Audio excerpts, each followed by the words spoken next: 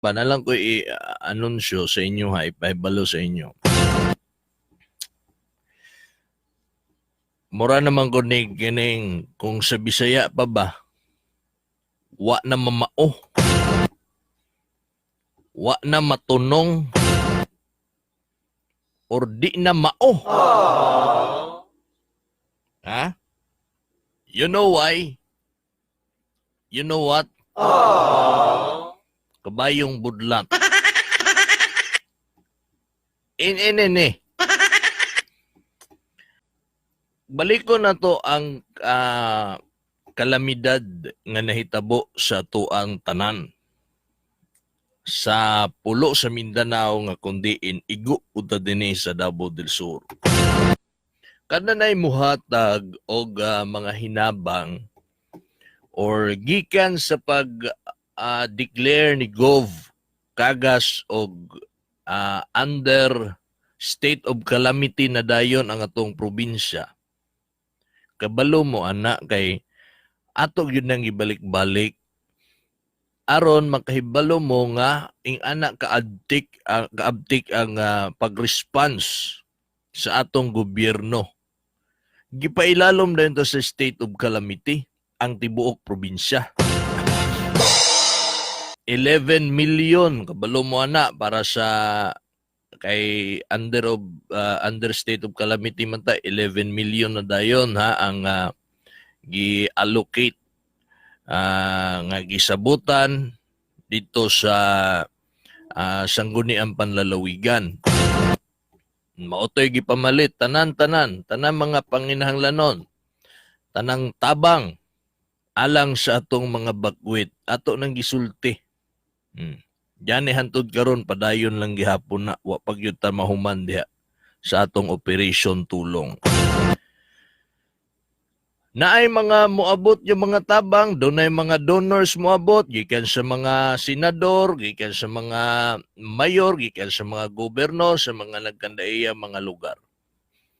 Amount unsay gihatag, unsay gipadala gikan sa mga party list ato gyud nang gi-report sa inyo para makabalo mo yang kanang mga tawhana, kanang mga politikuha nitabang sa ato diri sa Mindanao, nitabang sa ato diri especially sa Davao del Sur para makabalo mo. Usa sa mga rason pod no nga ato gyud nang gi-cover, ato gyud nang gipabuhagay sa radyo, sa social media para makabalo pod mo nga dunay mga tao, dunay mga lideres nining ato ang nasud Pilipinas nga naghuna-huna sa ato dire og nagpangga usab sa ato dinhi, especially ng mga senador nga atong gipangbuto. Usa na sa mga rason nga nung ato gyud nang gi-cover, ato gyud nang gi-feature, ato gyud nang gi-radyo para makabalo mo kinsa ng mga tawhana, kinsa ng mga bayhana, kinsa ng mga politikuhan na kay dili mi mulimot anak kay wa gyud mi nila kalimti dinhi. Naami sa kulba o kalisod karong mga panahon na. Isa pod sa mga rason para makabalo mo nga kanang mga naghatag og tabang sa ato dinhi sa Davao del Sur, maunay mga higala sa atong mga gipangsaligan nga mga lideres dinhi sa Davao del Sur. Kinsa man, Congresswoman Didi Cagas, Governor Dodo Cagas, Vice Governor Mark Cagas. Sila kadtong mga nagkontak sa ilang mga amigo, sa ilang mga suod nga higala dito sa Senado, sa party list, higala nga mayor, higala nga congressman, higala nga gobernor sa laing mga lugar. Mga amigo nila, amiga. Sila ang nagkontak, sila ang nagpakiluoy nangayo og tabang para sa mga mas labing apektado nga pirting daghana dinhi sa Davao del Sur tungod sa mga pagtayog. Kabalo mo ana kay ato nang ginabalik-balik. Karon mao na niron ang problema ha. Mao na ni ang problema. kini mo buto ra man gining isyuhan mo buto ra man yun unhan na lang nato ni daan. Unahan na lang nato ni sila. Balo, alam mo naman tayo, sila nag-arrange pa lang, nagplastar pa lang unsa ilahang banat unya pag-abot sa panahon, naan na sa atong pahak. Ay! Nag-arrange pa lang sila, nagplano pa lang sila unsaon, wa na. Nasa pahak ko na yan. Diba? Mubuto kaya pa ni. Enene ha. Sulti nila, nila sa ako magbanggit, basta kay kining mga kontras politika, kining mga, kinig yung gusto gyud niya mapapa, si tawag ani, si right term ani. Ang apelidong CAGAS, dinhi sa probinsya. Mo na sila nga mga tao. Kay kutob naa pa ng vitamin C, or ang CAGAS din sa Davao del Sur, kutob nga maunay maglingkod diha. Di gyud sila makapatuyang. Di gyud sila makahimog proyekto nga halos wa na lay kabilya. Kay kada proyekto sigurong kwarta. Anak manaila. Kutob sa naa ang CAGAS dinidi nila na mahimo. O na gusto yun nila tanggalon na. Papao na diri sa Davao del Sur. Problema kay di man bugo ang mga butante. Di man maulog-ulogan. Ang uban madalag kwarta pero dili tanan. Nagtuo mampunta nga kining Davao del Sur mga katawhan dire gamay ra magnaw kwarta dinhi. Nga kining isugal ang kaugmaon sa probinsya. Isugal ang kaugmaon sila mga anak tungod lang anang sa kalibo. Kay nakita lagi nila sa ato ang mga balita sa social media, nadungog nila sa radyo nga mao ni ang mga hinabang, ing-ani na ang mga nadawat. Ang ilang pangutana, asa daw ang kwarta gikan sa mga donors. Kami din kung magsulti mi, kung magbalita mi, kung mauni atong nadawat, di gyud na nato itago kung pila ang amount nga gihatag. Unsay gipanghatag? In cash or in kind ang gipanghatag sa mga donors. Transparent ta diri atong yun ang gisulti kung unsay atong nadawat. Og transparent po ta din kung unsaon nato na pag-distribute ng mga hinabang. Kita bitaw na ninyo sige tagkuan mo ni tabang, mo ni gihimo. O nya mangutana mo hurot na magkwarta, wala pa. Wa pa mahurot ay mo kabalaka diha. Kay dunay maayong panlantaw si Governor Dudo Cagas anang mga kwartaha nga dili dayon mahurot-hurot kay basi pagkaugma damlag nga nata.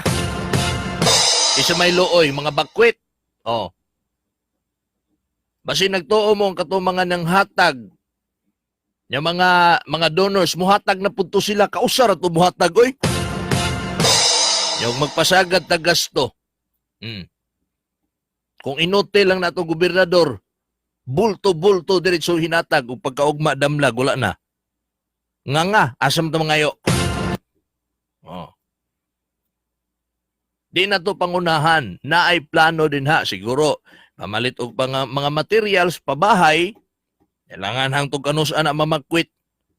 Tigluuya sa mga bakwit apay mga bata.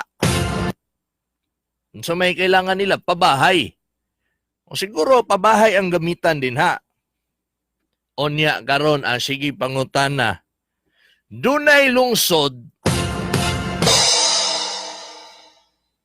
Di lang sa kung magsulti unsa nga mangutana asa daw ang kwarta sa mga donors.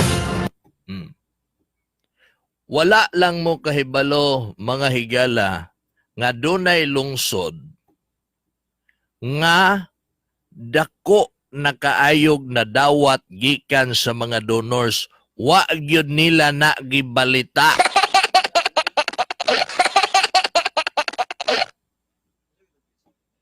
Wa gyud nila na gibalita.